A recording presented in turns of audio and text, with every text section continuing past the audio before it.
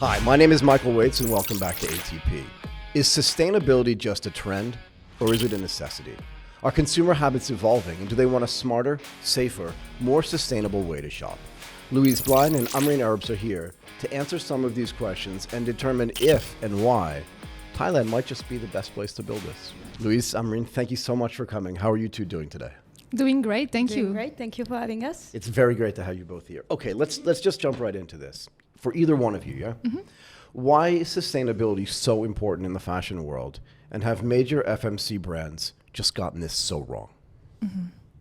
Well, first of all, thank you so much for asking this question, because it means that people are actually raising awareness about the issue. Right. So at the moment, the fast fashion industry is just constantly producing new and new and new items.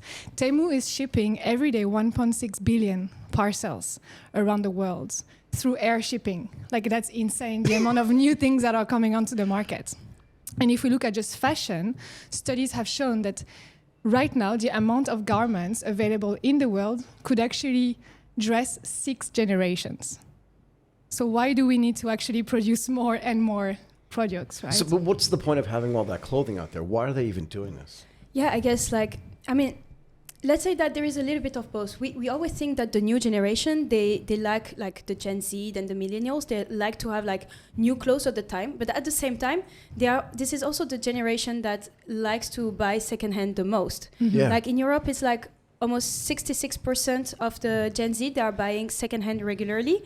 So we might think it's them that's overconsume, but maybe it's like, yeah, the elderly or we don't know, but that's what we assume. So I think why? Because we always we see on TikTok new things, we see on Instagram new things. Yeah. We always want to be new, I was looking at my closet before I came here this morning. Honestly. Okay, and I'm a guy, and guys and gals are different. We can say that for sure. But I was looking at my closet. My closet is about this wide. Mm-hmm. All of my clothes that I wear every day, except maybe my suit and tie, is in this space. Mm-hmm. Do people really need all these clothes? No, but I think it's the same with a lot of things nowadays about overconsumption, right? Like, we just constantly feel a gap in some way, and by purchasing more, we just feel we feel better. But do we actually feel better? Yeah, I was at a panel last week, and there was a panel about sustainable fashion. So that was really interesting, because the women that were there, they really want how can I consume better? But at the same time, they were like, yeah, but when we go somewhere, we always compulsively buy something new. We our need compulsively. Yes. Compulsively. Do we need it? No, but do we want it? Yes. Do I want it? But do I want it tomorrow? Maybe not. But right now, I want it. So I think it's I want to ask both of you this though, right? Because I went through a phase. I think here's the thing. I grew up really poor, which is hard to believe. You're like, that's not possible, but it is. But when I started getting some money, I was like, oh, all the things that I wanted when I was a kid, I can now get. So I would buy this and then buy an iPad that I didn't need. But I've reached the point now where I'm like, I don't need that.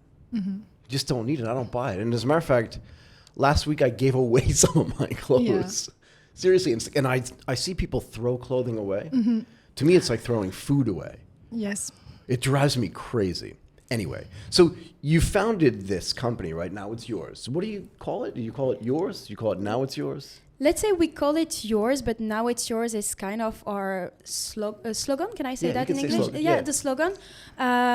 Because we want to make sure, okay, it was mine, and if you buy it, it's going to be yours, and there's going to be a new story that we want to pass it forward. So that's really important for us.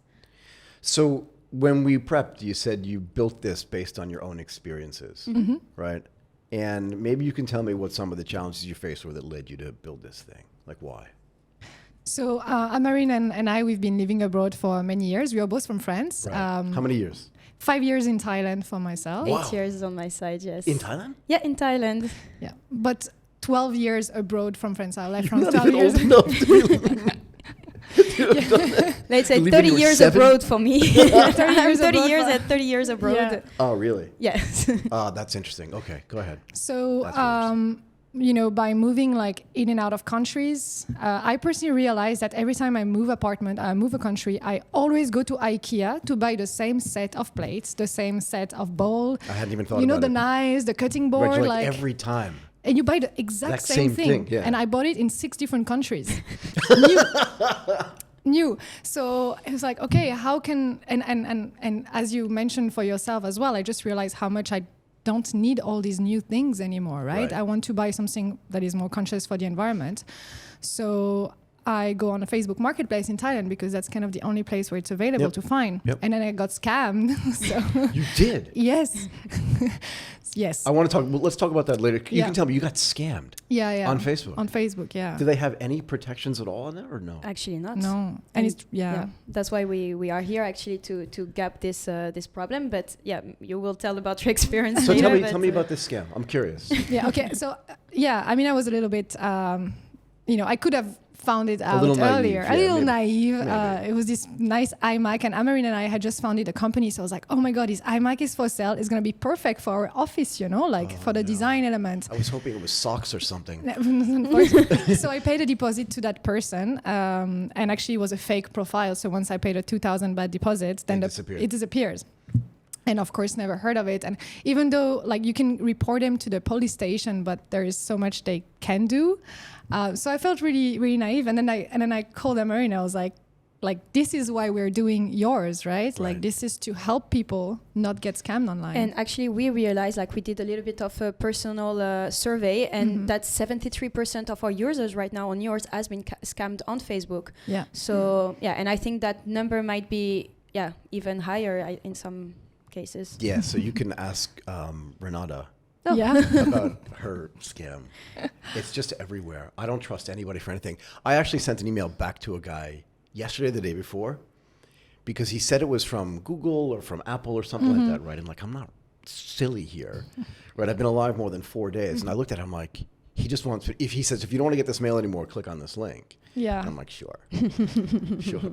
It's like Virus Central, but it's the same kind of scam. Right? It is. Yeah. It's the same kind of scam. I don't know. I don't like it at all. But can I ask you this, though? In Thailand, there are other secondhand marketplaces, right? Like Kaidi is one of them. What's the difference? Okay, so let's say that there are Kaidi or Loopers, Angle. So there are many already few platforms, let's say, but they are really fashion focused, and which we are not. We have over 12 categories, so we want to make sure that people can buy and browse from books, electronics, sports equipment. We want to have a lot of offers on the platform and not only being focused on fashion. Got it. And also the difference is that we really want to build yours not only just buy and sell secondhand, but we really want to create a community with yours, and that gathers all the circular economy. How can I say that? Supporters, we want to make sure of that. So why is it so important? I was thinking about this again this morning before you came over. Building a community is hard. It's really hard. Right. First of all, just getting anybody to use a new app or a new service is just really hard. Yeah. But then building the community around it's even harder. It takes a lot of time. Why is it so important for both of you to have this community aspect? I think for us is because a community allows you to share experience, but also share knowledge and educate people. And I think that's nowadays when it comes to secondhand shopping, consumers need to also get a certain level of education when it comes to why purchasing secondhand.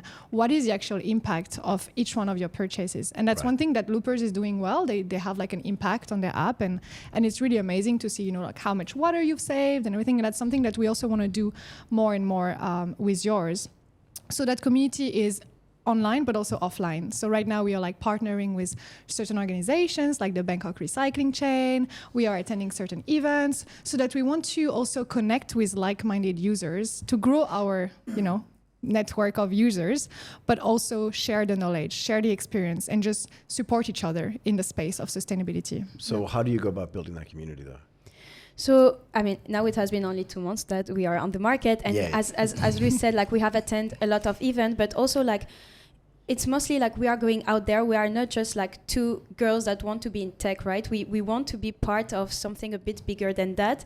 So we are going to all those events and sharing personal experience, but also feedback with other users. And that's also, we heard a lot of, now let's say women, because by by how the thing are right now, like we are attracting more women on our platform and also to come to our event. So let's say mostly women right now share like, hey, we are just new in Bangkok, or like we are here for a few years, but still like we don't know where to donate. We don't know like who to support. Like, so people are not really aware of those like projects, of those communities. So we really want to make sure that like we're gonna gather them all together so we can like make something better and safer. Do you do your own events? We will soon. Soon. Not yet, because again, it's been 2 months, so we want to make sure we find out also, who we want to partner with, because the more the merrier. So that's what I was going to ask you. So how do you find other people? This is the thing, right? There's this chicken and egg problem, right? You want to have as many people as part of the community, but then you have to find them. Yeah. And it takes time and it takes energy and effort, and you're already trying to build a business, which is hard enough on its own. And if you're not technical people, just building the tech side of a platform is hard. Yes. How do you find these people that are also interested in the circular economy or secondhand goods or pre-owned goods? So there are various platforms in Thailand. We have our own also network. So because we've been here for 5 and 8 years, so we have actually our own connections here in Bangkok. And then I'm a strong believer that word of mouth is underrated sometimes. Yes, we talk about that's why we do this. This is essentially word of mouth at scale, right? Exactly. And it's like, just the word of mouth effect is we can see, one person might be using the platform or coming to one of the events we attended, then they will bring 3 friends the next time, and it's just the butterfly effect. Right.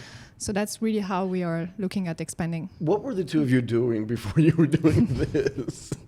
I need to start. So I arrived in Thailand 8 years ago. I was young. You've lived overseas your whole life? Yeah, my whole life. I grew up in Togo, West Africa. Okay. And then I was in Canada. And was your family like?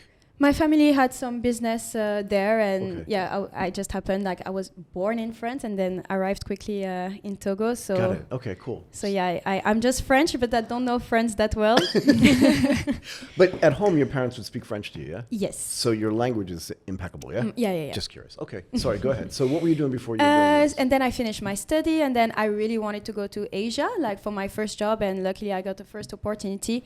That was also in e-commerce side. I was like project manager for like different e-commerce, so they were either based in Africa or in Malaysia, and I helped companies like to develop the operation on the e-commerce side. Okay, so you're not new to this thing. This is just doing it on your own. Yes, and that was really for me like I come from a very entrepreneurial family, and I really want at some point like to have my own project. So of course, when you help startup on the early stage, like it can also feel like yours, but it's still not exactly. And then I like the way you threw in yours. Yes. Go ahead. And I really wanted to have mine, and then I had some ideas, and then one day share it with Louise, and we decided to go ahead together. And because also she will tell about her background, but she has a really interesting background. What were you doing? Nothing tech related, not in e-commerce at all. I was my background is in luxury hospitality, so I have. Right. Yeah. So my background is in. But then again, so sorry to interrupt you, but then the sustainability thing should be really important to you, because in the luxury. What did you say? Luxury hospitality side of the business. If you go stay at like the Amampulo in the Philippines. I used to work for Aman for 2.5 years actually. So yes. But if you go and stay at Amampulo in the Philippines, right? Have you been there? No, I haven't been. Oh my God, it's amazing. Yes? Yeah. I heard. Villa number 10. Villa number 10, by the way. I can't believe I just said that on TV. But if you go there are all these efforts to like, don't change the sheets, don't change the towels, turn off the water, all this kind of stuff. So this is something you should be really aware of anyway, yeah? Yeah, definitely. And I had the chance to work with companies like Aman, but also after, when I moved to Thailand, I worked for Soneva, who are pioneers when it comes to sustainable luxury. And it's not only about like, not changing your bed sheets. It's about recycling every waste on the island, making your own drinking water. So I was always impressed by how much can be done actually in the hospitality side, and I was very aware. I was actually in charge of partnerships and events and loyalty for the so brand. This can get you connected to the whole ecosystem at scale, right? Because you've already been in. This is kind of cool, actually. Kind of a cool partnership. Yeah. I know e-commerce. I know this thing. Let's do this thing together. But how did the two of you meet each other? We met when Louise almost just arrived, maybe like a little bit after that you arrived, and we had friends in common, and then we are French, and it was COVID, so maybe Amarine threw a party. She threw a party at her house, like a during girls' COVID. night. I won't tell anybody. No, but We before were no more curfew. than 5. Yeah. No more than 5. Yes. We didn't talk to each other, and we didn't drink any alcohol either. Okay. Let me ask you this. Do you think that there is a stigma around buying secondhand stuff? Yeah. And how do you change that? Yeah, I mean, I think the stigma is maybe still more in Asia. That I don't like the word, but like secondhand is maybe sometimes the like not the garbage, but like the things that the people don't want anymore. So why would I buy something that someone don't want anymore? Right. But it's not that. Like actually, we sell some stuff on the platform that unfortunately we have never worn, like for some reason, and we are really not proud of that. But this is part of the 6 generations of clothing being out there. Yeah, if you look in your closet and you're like, I bought this 2 years ago, I never even wore it. So actually, sometimes like it's very new product that has never been worn, that are like in very good condition. That is for clothes, but when it comes to furniture, actually, yes, this is sometimes like people live in Thailand for 1 year, and then they have. So secondhand item is not like something that is useless or that is like. Look, I gave. We talked about this already, right? Like I gave away some clothing last week. Yeah. And I wouldn't give somebody garbage. Yeah, no, it would be insulting. Of course not. Of course. Right? It was perfectly fine stuff, but I just wasn't using it anymore. Yeah. No, and I refused to throw it away. Sorry. So secondhand item is like are really like good condition items. So like that's the first thing that people should like realize, that it's not the trash of someone else. It's like a really good product. And maybe it's also the language around it that has to change. So in our communication strategy, for example, we try not to use secondhand too much. We use more like pre-loved, pre-owned, just to I noticed that. Just to change the language a little bit, because it's true that secondhand might have this, you might have this idea of a vintage store that smells a little bit dusty, but again, it's not. As Amarine said, it can be like really good value items. It just haven't been used before. Exactly. Or if they have used, then also the item has a story. And we pass on the story. Like I was at that event last week, and it was a clothes swap, so I could pick up anything, for free. It was amazing. So I picked up this jacket that I really liked, and then there is a girl that comes to me like 10 minutes after.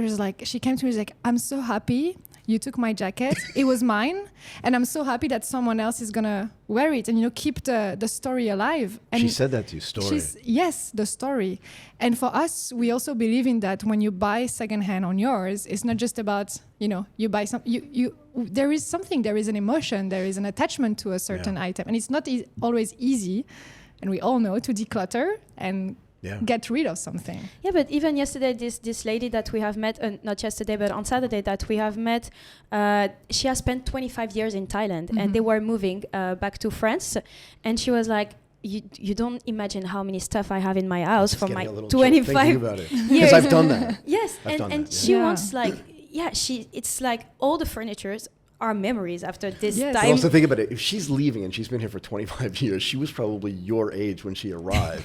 No, but you know what I mean? Yeah. I don't know how old she is, and that's not the point. But the point is that like she's actually generationally giving something that she had to somebody who can then generationally use it. Yes. That's kind of cool. Yeah, and it's the same as like when, your family member, my past or something, you collect all these like super like nice vintage cutleries.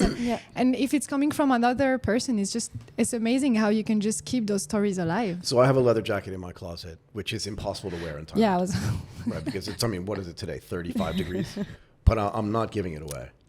It's my daughter's. Yeah. She just doesn't know it yet. But for the same reason. But this is part of the... It's part of the circular economy the circular too. economy. I want to get back to this a little bit. So you were scammed. Yes. People try to scam me all the time. And the platform is about, we talked about this even in the intro, right? About building trust on it. Yeah. So what do you do on your own platform to make sure that it's safe? So that the wise guy that scammed you can't get onto your platform? Yeah, so personally, I've never been scammed, but I was the seller many times on Facebook Marketplace, because when I left Canada after 4 years of study, I wanted to like get rid of a lot of my furniture because I had to. And, like it was also not so safe for me sometimes when you have like maybe 20 different person that talks to you at the same time. I want to come to your place to see the item, or that to want to get the item. Yeah. So it also for the money transaction, like you have to like give your payment details. Like there are so many things. There is not only the proper scam like that you don't receive the item, but like everything around it, like about your personal information and stuff. So we are making sure at yours that all the transactions are secure.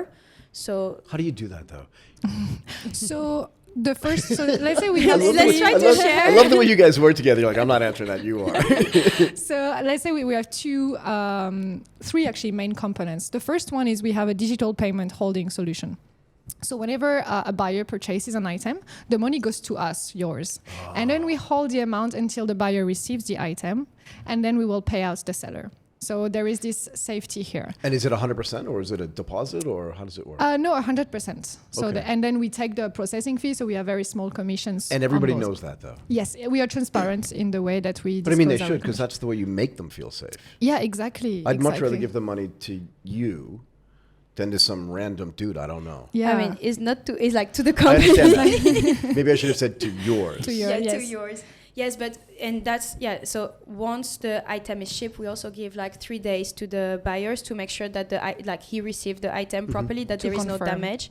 Yeah. And once everything is confirmed, that's when we are releasing the money. So Yeah. And is it just in Bangkok or is it all over the country?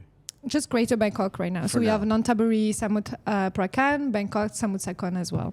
So that's the first kind of level of safety. The second one is, as Amarine mentioned, we don't disclose any of our users' personal information to the other end users. So once you log in, when you sign up to yours, you create a username. Okay. That can be anything, like the BKK shopper, or you can choose thrift lover, whatever. So only I'm just gonna Michael. That's it. you Nothing can tricky. choose your name too. Thank you. And only this information is going to be shared with the other end user. Because the third element is that we handle the delivery. So only us would know the address and phone number and personal information of the users. and also it's easier because I remember even sometimes when I sell in Bangkok, like you have to like message the person like 10 times, like when are you free? When can I come? No, or I hate this. so at least I now hate we this. we But handle then the delivery. how do you get the goods? We are Or not. let's say I have a fan. You mean we are personally at yours? We are not handling the goods. Like we are not. We You never said see you the make the goods. delivery though. So the What does that mean? seller has, once an order is confirmed, the seller has 3 days to select on a calendar that he has on his dashboard. Okay, I'm ready for a pickup, let's say tomorrow from 12 to 1 p.m. And then we have our delivery partners that will go to their place. And usually the beauty of Thailand is they can leave it at the lobby. You have a security guard. And then that's how we manage Do you delivery. feel like you live in the safest place in the whole world? Yes. Oh, I do. Yes. I do. For Almost, sure. except on Facebook. Yeah, but no, but I mean physically. Yeah, It's yeah, really yeah, strange, though, right? I think to I'll say to foreigners. I mean, all of us are foreigners at some level in Thailand, but we've all been here for a while. But I feel like from the outside, it looks really dangerous and chaotic. I But never it's feel not. threatened, and I know it's No. different for ladies than it is for guys, but I never feel threatened. I feel very safe in Me Thailand. too. Yeah. I mean, I grew up in Paris. For me, I feel more secure here than going back home. I shouldn't laugh that hard. Okay, but that's Yeah. kind of cool. That's Yeah. kind of cool. So the delivery guy knows the addresses, but I don't know even to whom I'm selling it. No, you only know the username. That's Yes. all you know. So do you think at some point, as you gather more and more users, that those users then will become part of your community and that they'll become part of your events as well? Do you know what I mean? Yes. Because I think that would be kind of cool that, oh, you're a BKK shopper Yeah. kind of thing. Yeah, I definitely. know you. Yeah. Right? You thrift lover. I mean, that's a little Love bit what happened on Yes. Saturday. Like we've met what we called our best sellers for Yes, yet, true. and that was nice to meet them actually. So Yeah, and we also, that's one element of like kind of also our strategy is to also get it's harder and harder for marketplaces nowadays to get customer retention because of the amount of availability. Sure. There's But so many for, places to shop. Yeah, but that's what we want to focus on as well. Through events, through special offers, through like other, like strategies to really make them feel valued. Yeah, I was going to think, like, how do you create loyalty? I'll give you an example. I've lived in Thailand, in Bangkok now for, 2025? Oh my God. For a long time. More than 10 years. Almost 14, right? And I've lived in this neighborhood for a year now, and I think I eat at the same 3 restaurants every night. Yeah. But, I mean, I'm eating for different reasons, but still, because I trust them more than anything, right? That the thing that I order is going to be the thing that I get, and that there's consistency and there's trust there, right?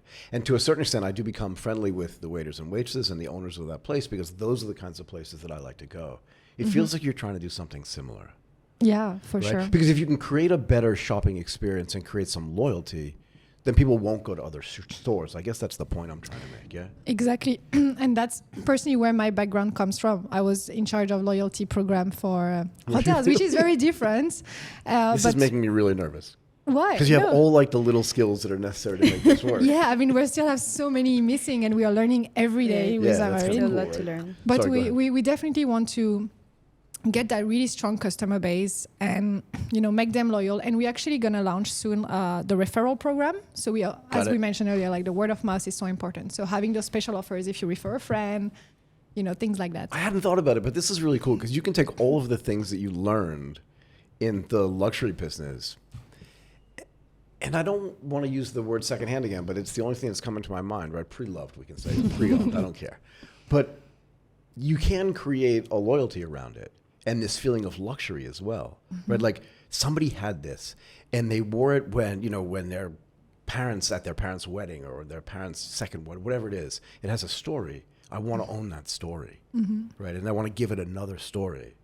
Yeah? Yes. Sorry. It seems kind of cool. This is very emotional for some reason. Yeah, it does. I want to ask you both this too, though. So I have a friend who's really big in the circular economy in the United States. And she posts on LinkedIn all the time about like, she gathers all of these old pieces of clothing. She's focused mostly on clothing. Yeah. Fair enough. Fashion is her thing, right? And what she does is she takes little bits and pieces of the clothes, cuts it out, and then makes something brand new from it. You should meet her anyway. Yes. You should definitely meet her. She's not here, but she comes here sometimes. I think her mother's in Singapore. And I just thought it would be kind of cool if there's 6 generations of clothing out there. Instead of, again, taking it and throwing away, to somehow find a way to get it, cut it up into little things, and then make like this brand a match with this brand and this brand, all these different colors and stuff to make cooler clothes. Do you think about that at all? Yeah, so this is upcycling, right? And that's also another way of also like being still sustainable in fashion, but that can also be like with anything, even with furniture, like you can upcycle like your any furniture you may have. I hadn't thought about it, but yeah. Yes, it works with everything, upcycling. So I don't know as a platform how we can like promote that or offer a service like that, but it's part of what we want to do is that we want to make sure that people have all the options and can understand whatever they can do if they still want to be like sustainable in their consumption or with what they already have. Yeah, and there is actually in Bangkok, there are a lot of like nice upcycling projects, but also thinking about, you know, a user that purchases a jacket on our platform and a scarf, then they could make something really cool together. It could also be a nice platform for artists and for upcycling artists to actually find material to work with. So the reason why I brought this up, right, is because I always wonder, how big do you want this to be? As big as it can. Yeah, but I really want you to think about this, right? Because in your mind today, you're building this two-sided platform, right? But one of the things I think about in building my business is I have this thing at the center of it. What else can I build around it that supports it? This is why I asked about it. Like, you don't know in 5 years or in 7 years where you're going to be. But if the business is as big and robust as you want it to be, it's not just going to be in Thailand. It's not just going to be in Southeast Asia. It could be global, and that's a multi-billion-dollar business opportunity. Right? But the second thing is, you could then have the resources to go out and acquire these things and then upscale them yourself and have your own yours brand. Yes, I mean, that is very interesting. But when we talk about expansion, like first we are starting in Bangkok because this is like the place that we know. After that, we want to expand more like in Thailand with like in other big cities. And like we hope like in all Southeast Asia. We also have to be like, realistic and stay in our own market because actually there are already a lot of platforms in Europe that works very well, like Vinted, in the US too. But it's true that there, as you say, that this is the core of our business, but then there are so many opportunities. Last time we were talking together and Amarine was like, we should have a platform where people can actually rent secondhand furniture. You know, you come to Bangkok for only 3 months or 6 months, you have all those like new visa categories now, like digital travel, like all these new kind of like visa types to attract actually expats to come in. This could also be a solution, having, we have this core business entity, but then having, rental or I don't know if upcycling, if we'll have a brand as such, maybe, but it's This true. is the way my brain works. Yeah, but we have to always, I think, even for us right now, it's the very start of the business. We are now collecting data, collecting feedback, and getting to understand better also what users actually need. Because maybe what they need is not only to be able to sell, it's also get space, like in their closets. Yeah. Again, I was thinking about this when I was giving my clothing away, right? Like part of it was just like, I just want my place to be cleaner. Yeah. But then it came to me, I'm like, I have no idea where to give it away. Yeah. I was actually looking up like on Google, like where can I give this stuff away? And then I realized, wait a second, I know people that need this stuff. Yeah. And I know them really well. Why not just give it to them directly? Yeah, and actually we got this feedback from other people that we know, and they were like, hey, like, but me sometimes I don't want to sell some things, like some things I want to give them away, like to the people in need or whoever. That's exactly what I did. And we're like, okay, we want, and that was also like part of our vision, like we really want to make sure that yours is not just a selling and buying platform, but really a platform where people can find information and educate themselves about where to like donate. So we want to really partner with people like with the donation organization to make sure that they can be displayed on our platform. And maybe at some point we're gonna have a place where we can collect, like the people can send to yours, and we're gonna donate on their behalf. So we make everything easy, so people don't have to think, and like, okay, we know one place, they can do everything for us, and we can donate, we can upcycle, we can whatever. We just want to make sure that we are offering everything that can be useful. So we talk a lot on some of our other shows about financial inclusion and about financial literacy. This is not a financial literacy question, but you did say you want to be a place where people can get information and can get educated. Yeah. So how do you do that? Like, what's the media side of your business? So right now we have our monthly newsletters. That is just a starting point. But we do have our kind of partner of the month included in our newsletter, where we promote other businesses, like, for example, donation points or recycling points where you can go in Bangkok. Events, we believe in physical events, so that's also one thing. And also we are looking at developing our blog, which is also, good for our SEO purposes on the website. So having our blog, write articles, write content, it's really the beginning of the journey. So like, this is, I think, our second podcast. We have a few other opportunities lining up, but we want to, spread our message far and wide. And you should do it as often as you can. Was it you that reached out to me? It was me. Good for you. Yes. I really appreciate it. Sorry, go ahead. I mean, we are with Louise. We are like really motivated and really want to bring yours somewhere. And it's just been 2 months that we have soft launch, right? So as Louise said, right now it's more about like discovering, like see what we can do, getting feedback. And when I find about your podcast, I'm like, I think this is the best opportunity for us to also like spread our messages and I want to give you one more thing to think about before I let both of you go, unless there are more things you want to talk about, which I'm happy to talk a lot longer, because I think this is really important. The reason why I said you reached out to me was because you know that the podcast matters, not just this one, but other ones as well, right? It's a great way to get a message out. I would say to both of you that if you want to get your message out and you want to get it out on a consistent basis and you want to change the way people think about the stigma around secondhand goods, whether it's clothing or furniture or plates and forks and knives, that you should do your own show. And but on top of Partner of the Month, that Partner of the Month should be part of your podcast, your show. Because if you do the same thing that we do, but you do it on your own, then you're always making sure that there's a consistent message about yours. Yeah. Right? And you can even call the show like, Now It's Yours, which is a great name for a show. And then you're laughing, but I think it's really important. I do believe that everybody should be their own media company. Yeah. And this is a great story, but this story is a developing story. It's not something that people fully understand. You should definitely do this. Yeah, and it's very important to also, like, even with Amarine, the more we talk with people, the more ideas come into our head, the more, and it's crazy. Like, I mean, sometimes I'm like, I was telling Amarine last night, I couldn't sleep because my head was like, right. And it's just like. Do you get up and write stuff down? No, it's still started here. So. I can't do that. I have to get up in the middle of 3 o'clock in the morning. I've done this. Oh, wow. I get out of bed and I'm like, I have to write this down. Sorry, go ahead. No, but that's a good advice. Always. I should do that. Always, because you'll fall back to sleep. You wake up at 6 and you'll be like, I had a killer idea last night at 3 o'clock. No, and we have so much more to do. Like, also, like, yes, we are, to Farang in Thailand, but our platform is not only for expats. Right now, 80% of our user base is foreigner, but we still have 20% of Thais.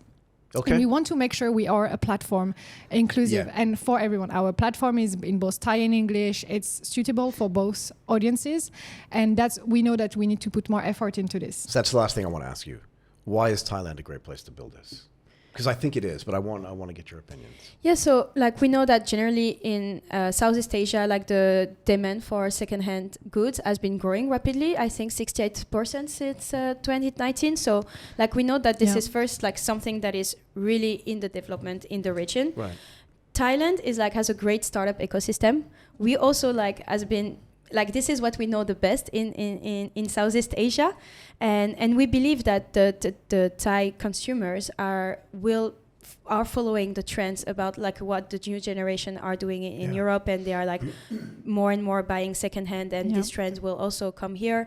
And that's what I think right now. Yeah, and I mean, we are a tech company, and ultimately we'll be a mobile app, and the adoption for mobile is over 75% in Thailand. So it's just the perfect. It's like 175%. Yeah, it's just like it's just crazy, like the amount of shopping that is done online.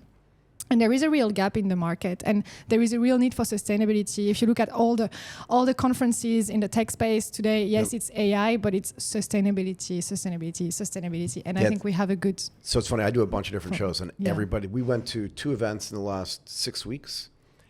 We went to a logistics event, and all they did was talk about how logistics is like focused on sustainability, not just doing things faster and better and cheaper, but how they can do it in a sustainable way. And then we went to an AI event as well. And they were talking about how that helps for sustainability. Louise, Blein, and Amarine, Erbs, thank you so much. Co-founders, Co-founders, yes. Of now it's yours, whatever you want to call both it. Works. Both work. Both work. Thank you both so much for joining us today. Thank you so much. Michael.